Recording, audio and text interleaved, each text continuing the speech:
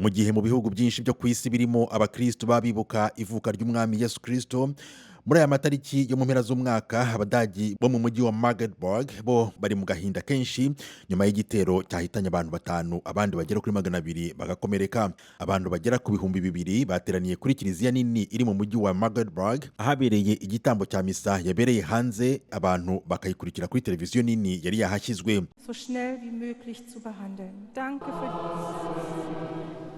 Abayobozi bo muri uyu mujyi uherereye mu burasirazuba bw'igihugu bavuze ko ukekwa gukora iri bara ari umugabo witwa Taleb al-Abdulmohsen ukomoka muri Arabiya Sawudite. Bavuze kandi ko yagabye iki gitero akoresheje imodoka yahari abantu bari mu isoko ricururizwamo ibintu bya Noheli.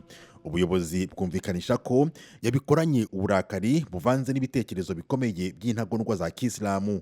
Ubuyobozi bwo muri uyu mujyi bukomeza kuvuga ko uyu mugabo watumye Abadage bo muri uyu mujyi babona Noheli y'uyu mwaka nk'idasanzwe yarabikoze ku bwende, kuko banabihuza n'uburakari yatewe na politiki y'Ubudage kubimukira n'uburyo iki gihugu gitanga ubuhungiro. Minisitiri w'intebe w'Ubudage Olaf Scholz nawe wari mu gitambo cya misa cyasomwe kuri iki cyumweru yamaganye iki gitero cyumvikanye nk'icyashegeshe imiryango y'Abadage bari mu bihe bya Noheli ndetse n'igihugu muri rusange, kuko mu myaka 8 ishize undi mugabo wo mu mutwe w'abajihadiste nawe yakoze ibisa nk'ibi mu isoko riri mu murwa mukuru Berlin, agonga abantu akoresheje ikamyo.